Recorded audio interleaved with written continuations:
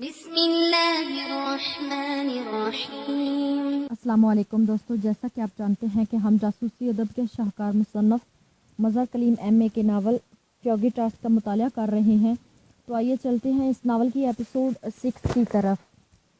حوصلہ ہارنے کی ضرورت نہیں ہے باٹوش، تم فوگی اسٹیٹ کے لیے انتہائی اہمیت رکھتے ہو اور لامحالہ تم ہی فوگی اسٹیٹ کی سیکرٹ سروس کے چیف ہوگی، اور میرا خیال ہے کہ آج کی میٹنگ میں تمہارے سودے کو باقاعدہ شکل دے دی جائے گی، کیونکہ جب تک فوگی اسٹیٹ قائم نہیں ہو جاتی باچان حکومت اور اس کی ایجنسیوں سے اس کو بچانا انتہائی ضروری ہے، اور یہ کام تم ہی کر سکتے ہو۔ مٹاشو نے کہا، تمہاری بات درست ہے، اب تو حکومت اور اس کے ایجنٹ بھوکے کتوں کی طرح فوگی ٹاسک کے خلاف کام کریں گے، اور ان کی ہر ممکن کوشش ہوگی کہ وہ فوگی اسٹیٹ کے اعلان سے پہلے اس سارے سیٹ اپ کا خاتمہ کر دے۔ اور جہاں تک میرا اندازہ ہے کہ یہ ساری رپورٹ علی عمران کی تیار کردہ ہوگی، اس نے مجھے فون کر کے محقق گروپ کے بارے میں یہ پوچھا تھا۔ میں نے اسے اپنے متعلق نہیں بتایا تھا کہ یہ کام میں نے کیا ہے، کیونکہ پھر مجھے ساری تفصیل اس سے بتانی پڑتی۔ میں نے یہ بات انٹر سروسز پر ڈال دی تھی، جس پر اس نے مجھے کہا تھا کہ میں اس بارے میں تفصیل معلوم کر کے اسے کال کروں، لیکن میں نے جان بوجھ کر کال نہیں کی تھی، کیونکہ میں بہرحال سے کسی قسم کی کوئی تفصیل نہیں بتانا چاہتا تھا، اور یہ بھی ہو سکتا تھا کہ حکومت باچان سرکاری طور پر فوگی ٹاسک کے خلاف پاکستان سیکرٹ سروس کی خدمات ہائر کر لیں، اور اگر ایسا ہو گیا تو پھر وہ ہمارے لیے واقعی انتہائی خطرناک ثابت ہوں گے۔ باٹوش نے کہا، اوہو، واقعی تم نے انتہائی عام بات کی ہے، ایسا ہو سکتا ہے۔ ٹھیک ہے، میں آج خصوصی میٹنگ میں اسے خصوصی طور پر ڈسکس کروں گا۔ بہرحال ہوشیار رہو، میں کل تمہیں کال کر کے ساری صورتحال بتا دوں گا، لیکن کل تک تم نے ہر صورت میں انڈر گراؤنڈ رہنا ہے۔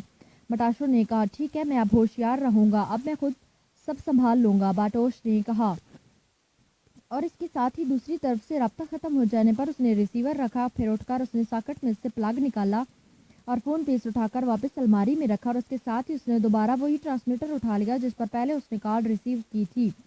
اسے حیرت اس بات پر تھی کہ اس کے آفس والوں نے اس سے اس فریکوینسی پر کال کیوں نہیں کیا، حالانکہ یہ فریکوینسی ان کے پاس موجود تھی، لیکن ٹرانسمیٹر کو غور سے دیکھنے پر بے اختیار ایک مسکراہٹ اس کے لبوں پر ریگنے لگی، کیونکہ اس پر اس کے آفس کی کالنگ فریکوینسی آف تھی۔ نہ جانے یہ اس نے کب آف کر دی تھی، اسے تو اس کا خیال بھی نہ تھا، اور اب اس کی سمجھ میں بات آئی تھی کہ آفس کی طرف سے اسے کال کیوں نہیں موصول ہوئی تھی۔ انہوں نے لازماً کال کی ہوگی، لیکن چونکہ آفس کے ساتھ لنک فریکوینسی آف تھی، اس لیے کال یہاں ریسیو نہ ہو سکی۔ قدرت بھی میرا ساتھ دے رہی ہے، گڈ شو۔ باٹوش نے مسکراتے ہوئے کہا، پھر ٹرانسمیٹر رکھ کر اس نے الماری بند کی اور ڈریسنگ روم کی طرف بڑھ گیا۔ اب اس نے خصوصی میک اپ کرنے کا فیصلہ کر لیا تھا، ایسا میک اپ جس سے نہ ہی واش کیا جا سکتا تھا اور نہ ہی چیک کیا جا سکے، کیونکہ اب وہ واقعی کوئی رسک نہیں لینا چاہتا تھا۔ عمران دانش منزل کے آپریشن روم میں اپنے مخصوص کرسی پر بیٹھا ہوا وہ فائل پڑھنے میں مصروف تھا جو سر سلطان نے بھجوائی تھی۔ یہ فائل زر گروپ کے خلاف تھی اور سر سلطان کو ملٹری انٹیلیجنس کے چیف کرنل شاہ کی طرف سے بھجوائی گئی تھی۔ بہت لمبا چوڑا نیٹ ورک تھا، حیرت ہے یہ سارا نیٹ ورک یہاں کام کر رہا تھا، کسی کو اس کا علم تک نہ تھا۔ عمران نے فائل بند کر کے اسے میز پر رکھتے ہوئے سامنے بیٹھے ہوئے بلیک زیرو سے مخاطب ہو کر کہا، ہاں، اگر وہ باچان کا سرکاری ذیلی لیٹر سامنے نہ آتا تو اس نیٹ ورک کا علم تک نہ ہوتا۔ بہرحال ملٹری انٹیلیجنس نے اس کیس پر کافی محنت کی ہے، اس لیے میں نے کرنل شاہ کو فون کر کے اسے شاباش دی تھی۔ بلیک زیرو نے کہا، اچھا کیا، اس طرح سپر چیف کی عزت قائم رہتی ہے۔ عمران نے مسکراتے ہوئے کہا، اور بلیک زیرو بھی بے اختیار ہنس پڑا۔ پھر اس سے پہلے کہ مزید کوئی بات ہوتی فون کی گھنٹی بج اٹھی اور عمران نے ہاتھ بڑھا کر ریسیور اٹھا لیا۔ X2 عمران نے اپنے مخصوص لہجے میں کہا، سلطان بول رہا ہوں، عمران موجود ہے؟ دوسری طرف سے سر سلطان کی آواز سنائی دی۔ عمران تو طویل عرصہ پہلے سر عبد الرحمن کی کوٹھی میں غلیل ہاتھ میں پکڑے پرندوں کو نشانہ بناتے دیکھا گیا تھا۔ جناب، البتہ علی عمران MSCDS سے اکثر موجود ہے، عمران نے مسکراتے ہوئے کہا۔ اتنی ڈگریاں لینے کے باوجود کام تو اب بھی وہ یہی کرتا ہے۔ بہرحال اسے کہو کہ وہ فوری طور پر میرے آفس پہنچ جائے، دوسری طرف سے کہا گیا، اور اس کے ساتھ ہی رابطہ ختم ہو گیا۔ تو عمران نے مسکراتے ہوئے ریسیور رکھ دیا۔ اب ایک کپ گرم گرم چائے کا پلوا دو، عمران نے ریسیور رکھ کر بلیک زیرو سے کہا۔ مگر سر سلطان تو آپ کا انتظار کر رہے ہوں گے، بلیک زیرو نے حیرت بھرے لہجے میں کہا۔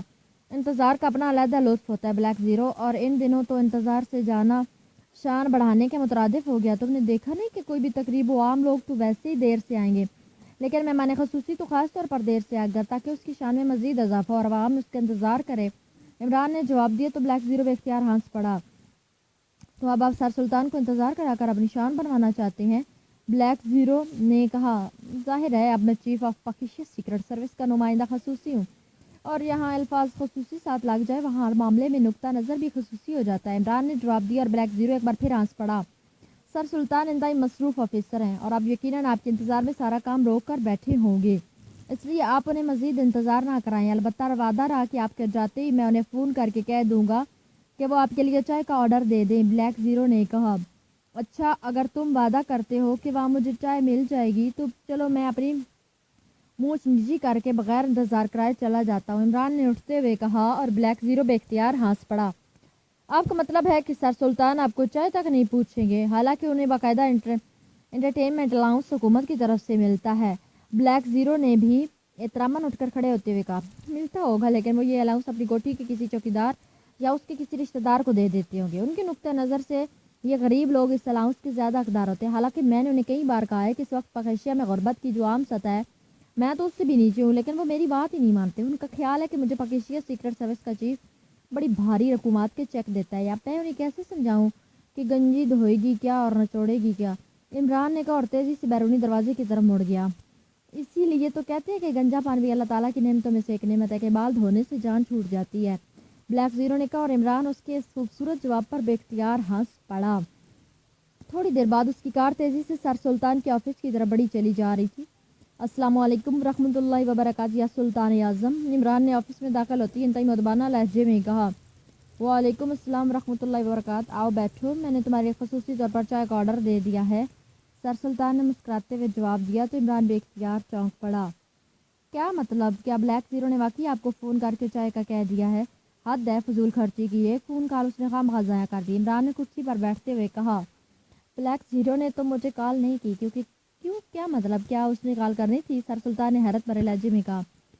آپ کی کال آنے کے بعد میں نے اسے چائے پلوانے کے لیے کہا تو اس نے مجھے ٹالنا شروع کر دیا۔ آپ کو تو معلوم ہے کہ وہ کنجوس یونیورسٹی کا وائس چانسلر ہے، البتہ اس نے مجھے کہا کہ وہ آپ کو فون کر کے کہہ دے گا کہ آپ مجھے چائے پلوا دیں، لیکن میں جانتا تھا کہ وہ کنجوس سے اعظم صرف مجھے ٹال رہا ہے، لیکن آپ نے آتے ہی جب چائے کی بات کی تو میں سمجھا کہ اس نے اپنی کنجوسی کو بالائے طاق رکھ کر فیاضی کا مظاہرہ کرتے ہوئے ایک کال خرچ کر دی ہے۔ عمران کی زبان رواں ہو گئی، اس نے تو کال نہیں کی، یہ چائے تو میں نے خود منگوائی ہے اور ساتھ ہی بسکٹ اور سنیکس لانے کا بھی آرڈر دیا ہے۔ سر سلطان نے مسکراتے ہوئے کہا تو عمران کی آنکھیں نہ صرف گول ہو گئی بلکہ حلقوں میں سرچ لائٹوں کی طرح گھومنے لگی۔ اس کا مطلب ہے کہ آج کوئی عام کام ہے آپ کو مجھ سے، عمران نے کہا تو سر سلطان بے اختیار ہنس پڑے۔ تو تمہارا کیا خیال ہے کہ میں یہ چائے تمہاری خوش آمد کرنے کے لیے تمہیں پلوا رہا ہوں؟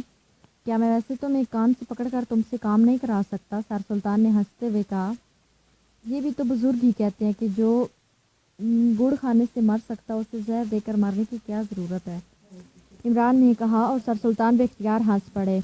اسی لمحے دروازہ کھلا اور چپراسی ٹرالی دھکیلتا ہوا اندر داخل ہوا اور عمران واقعی یہ دیکھ کر حیران رہ گیا کہ نہ صرف چائے کے برتن ٹرالی پر موجود تھے بلکہ سنیکس اور بسکٹوں کی بھی ورائٹی موجود تھی، لیکن ظاہر ہے وہ چپراسی کے سامنے کچھ کہہ نہ سکتا تھا، اس لیے خاموش بیٹھا رہا۔ چپراسی نے چائے کی پیالیاں بنا کر عمران اور سر سلطان کے سامنے رکھی اور پھر بسکٹس اور سنیکس کی پلیٹیں بھی ان کے سامنے رکھ دی اور خاموشی سے ٹرالی دھکیلتا ہوا واپس چلا گیا۔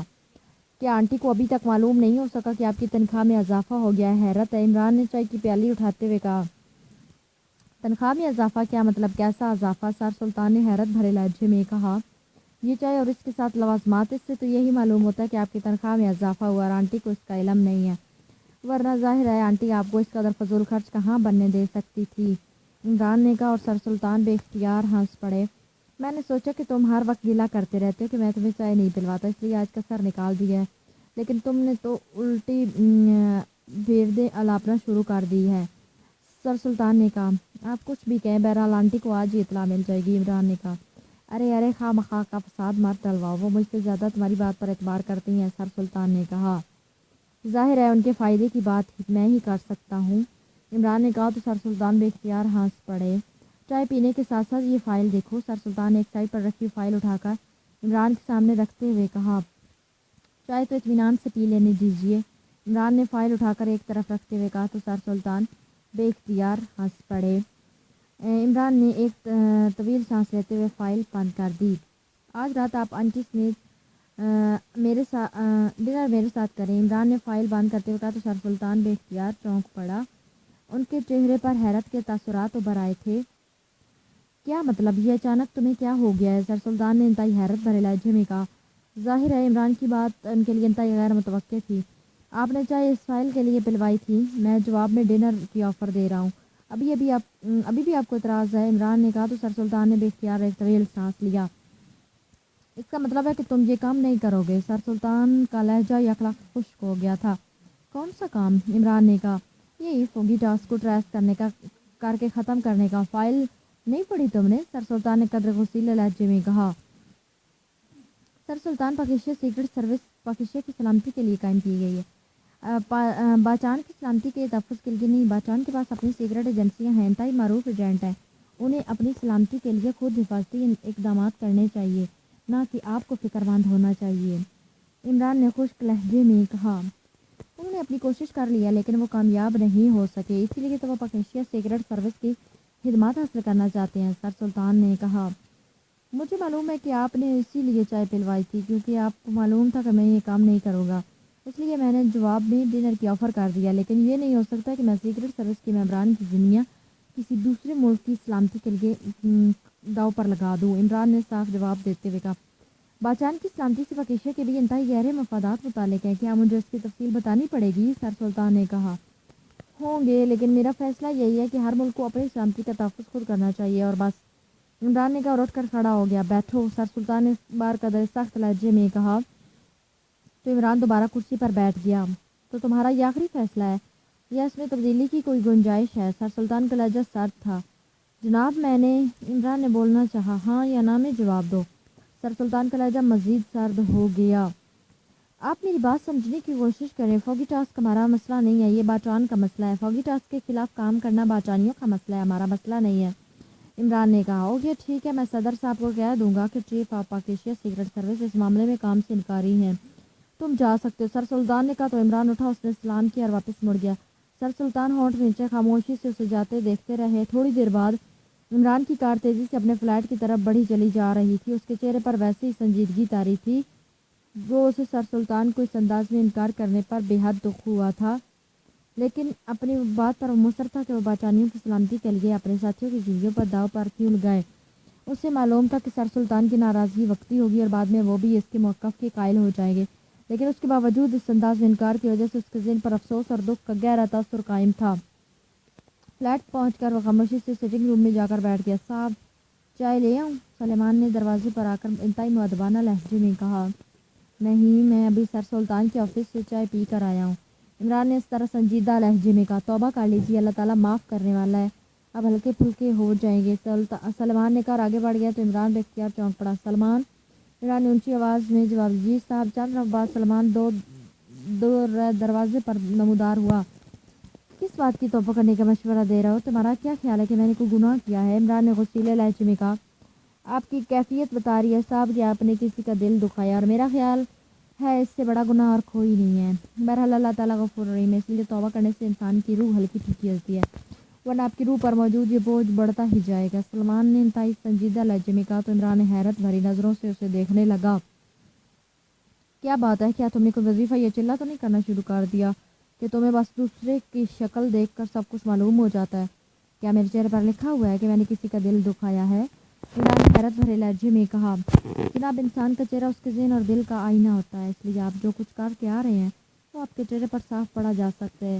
آپ نے یقیناً سر سلطان کا کسی بات پر دل دکھایا ہوگا، حالانکہ وہ انتہائی نیک آدمی ہے، اور یہ بھی مجھے یقین ہے کہ انہوں نے اپنی ذات کے لیے آپ کو کچھ نہیں کہا ہوگا، سلمان نے کہا۔ تو عمران نے بے اختیار ایک طویل سانس لیا۔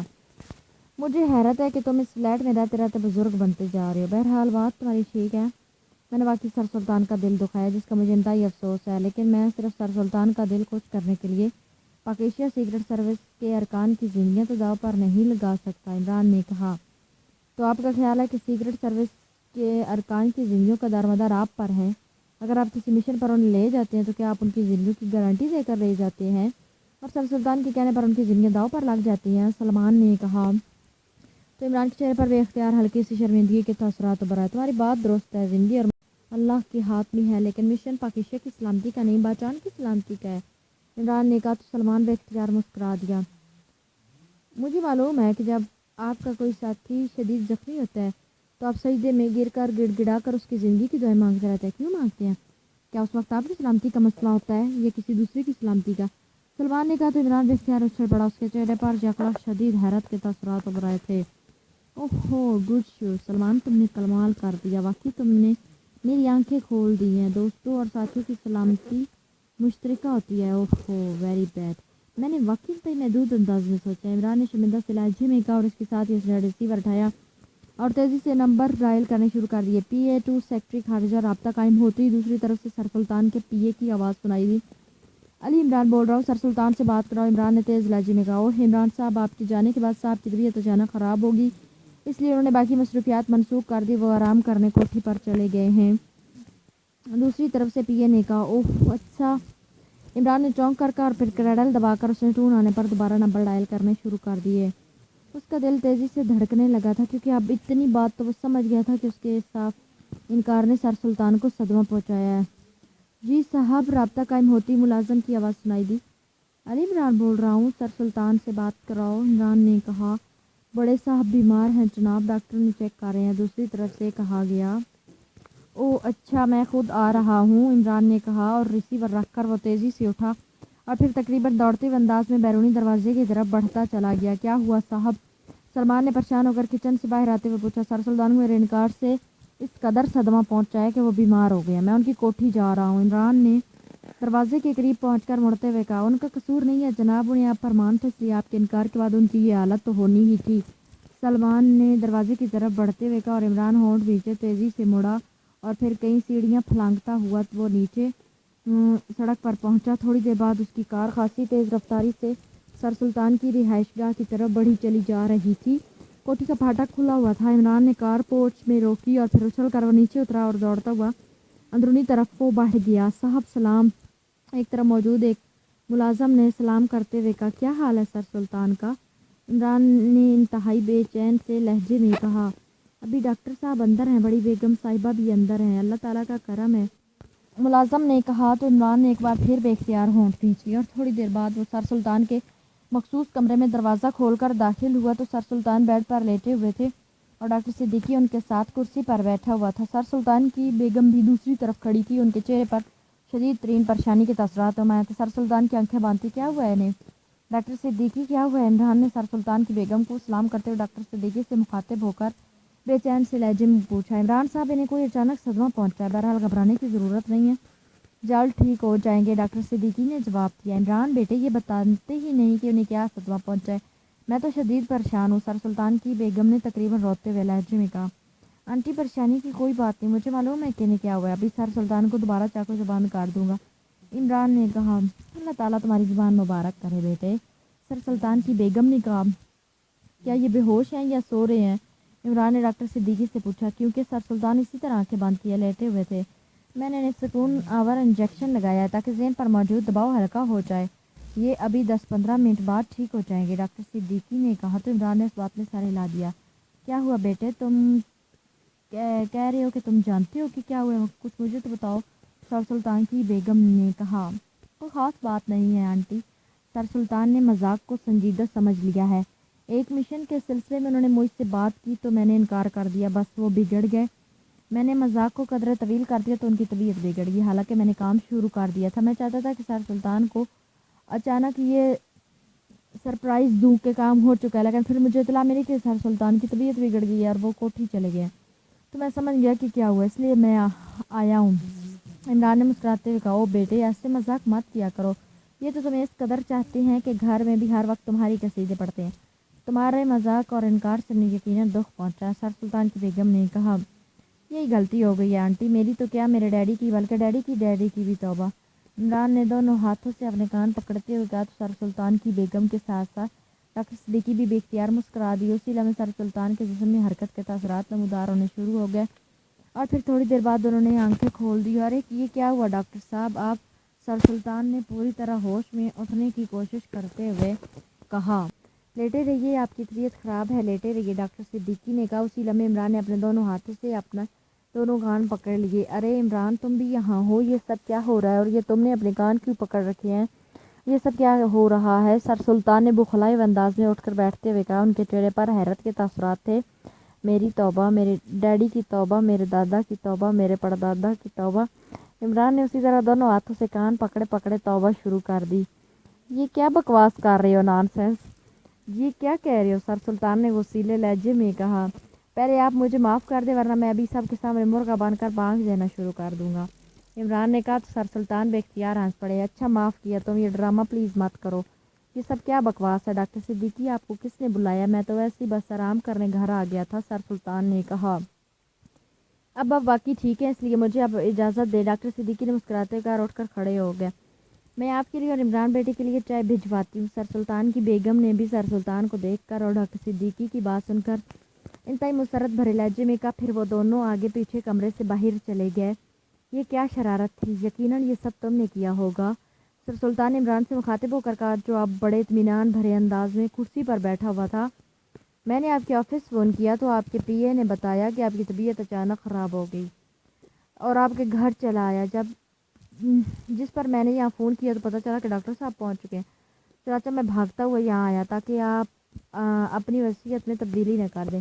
عمران نے کہا تو سر سلطان بے اختیار ہنس پڑے۔ تمہارا شکریہ کہ تم نے میرے لیے اتنا کچھ کیا۔ سر سلطان نے یک رخ سنجیدہ ہوتے ہوئے کہا تو عمران مسکرا دیا۔ میں نے معافی مانگ لیا اور توبہ کر لیا، اس لیے اب آپ دوبارہ بیمار ہونے کی کوشش نہ کریں۔ اب پاکیزیا سیکرٹ سروس فوگی ٹاسک کے خلاف کام کرے گی۔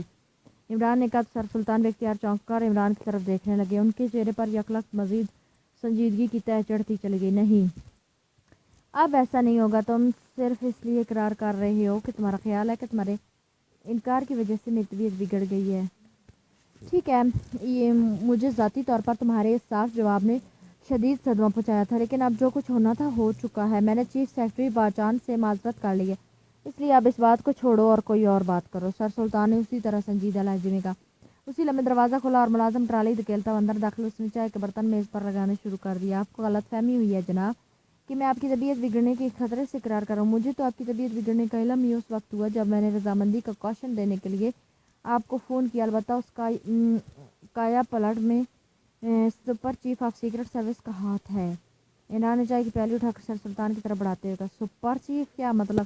کیا بلیک زیرو کی بات کر رہے ہو؟ سر سلطان نے حیرت بھرے لہجے میں کہا، اس سے تو ابھی ملاقات ہی نہیں ہوئی۔ میرا مطلب ہے آغا سلمان پاشا، جو ہم دونوں کی عدم موجودگی میں چیف بنتا ہے۔ عمران نے مسکراتے ہوئے کہا۔ سر سلطان کے چہرے پر مزید حیرت کے تاثرات ابھر آئے۔ کیا مطلب؟ سلمان کے سرکاری کام سے کیا تعلق؟ سر سلطان نے حیرت بھرے لہجے میں کہا، بظاہر تو کوئی تعلق نہیں، لیکن یہ حقیقت ہے کہ اس نے میری آنکھیں کھول دی۔ عمران نے کیا مطلب؟ آخر تم کہنا کیا چاہتے ہو؟ سر سلطان نے الجھے لہجے میں کہا۔ تو عمران نے فلیٹ پر جانے اور پھر سلمان سے ہونے والی تمام گفتگو لفظ بلفظ دہرا دی۔ اوہ تو یہ بات ہے، سلمان نے واقعی کمال کر دیا کہ تم جیسے عقل مند کو سیدھا کر دیا۔ سر سلطان نے ہنستے ہوئے کہا، اس نے جب سے میرے مکوی دماغ کھانے شروع کیے ہیں لگتا ہے اس کے ذہن کے سارے خلیے روشن ہو گئے ہیں۔ بہرحال مجھے واقعی سمجھ آ گئی ہے پاکیزیا کی سلامتی کا اس کے دوست ممالا کی سلامتی سے گہرا تعلق ہے، اس لیے مجھے واقعی پاکیزیا کے دوستوں کی سلامتی کے لیے بھی اتنی جدوجہد کرنی چاہیے جتنی میں پاکیزیا کی سلامتی کے لیے کرتا ہوں۔ عمران نے کہا۔ سر سلطان نے بے اختیار ایک طویل سانس لیا۔ عمران بیٹے، وزارت خارجہ کا سیکرٹری ہونے کے ناطے مجھے وہ کچھ معلوم ہوتا ہے جو شاید کم ہی لوگوں کو۔ باچان کے ساتھ پاکیزیا کے جو معاہدے ہیں اور جو تعلقات ہیں اور جس طرح باچان پاکیزیا کی ترقی کے لیے ہر لحاظ سے مدد کر رہے ہیں، یہ اس قدر ہے کہ ان کی لفظوں میں وضاحت ہی نہیں کی جا سکتی۔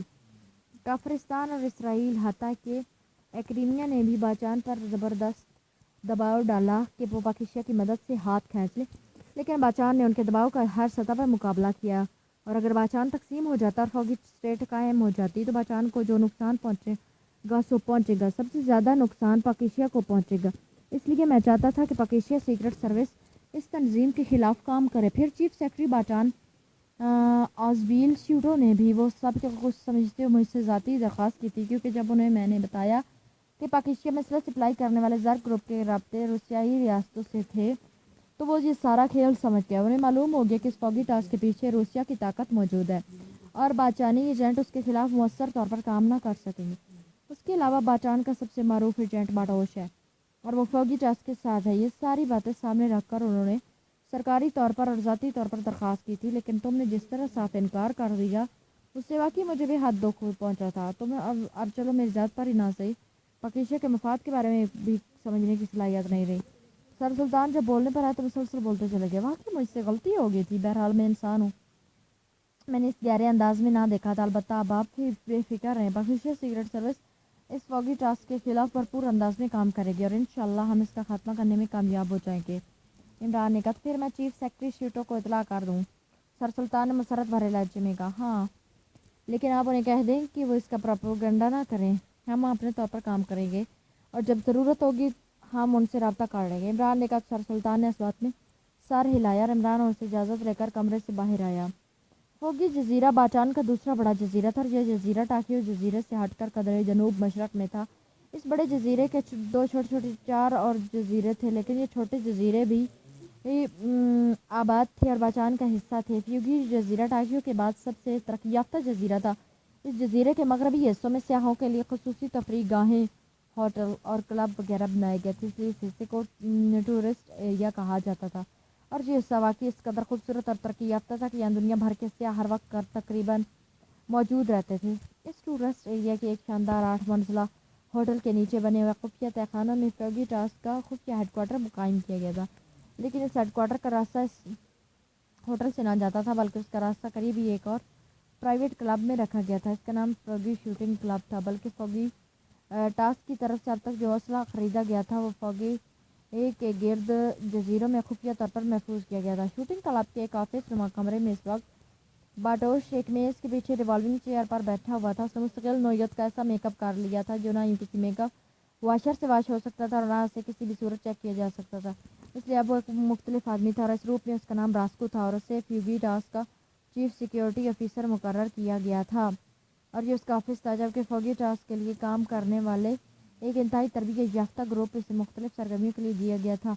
فوگی ٹاسک کے انتہائی اہم اجلاس میں یہ طے کیا گیا تھا کہ روسیہ میں آئندہ الیکشن جو 6 ماہ بعد ہونے والے ہیں، ان الیکشن کے بعد فوگی اسٹیٹ کا باقاعدہ اعلان کیا جائے گا اور روسیہ نہ صرف اسٹیٹ کو علیحدہ ملک کے طور پر تسلیم کرے گا بلکہ اسٹیٹ کی حفاظت کے لیے ایک معاہدے کے تحت اپنی فوج بھی اتار دے گا۔ فوگی جزیرے کے گرد چاروں جزیروں میں ایسے خفیہ اسٹیشن بھی تیار کیے جا رہے تھے جہاں انتہائی خوفناک میزائل نصب کیے جانے تھے تاکہ اگر ایکریمیا باچان کی حمایت میں سامنے آئے تو اس کا مقابلہ کیا جا سکے۔ یہ سب تیاریاں تو جاری تھی، لیکن راسکو کی ڈیوٹی یہ تھی کہ جب تک فوگی اسٹیٹ کا باقاعدہ اعلان نہیں کیا جاتا اسے فوگی ٹاسک کے ہیڈ کوارٹر اور اس کی تمام تفصیلات کو ایجنسیوں سے محفوظ رکھنا ہے۔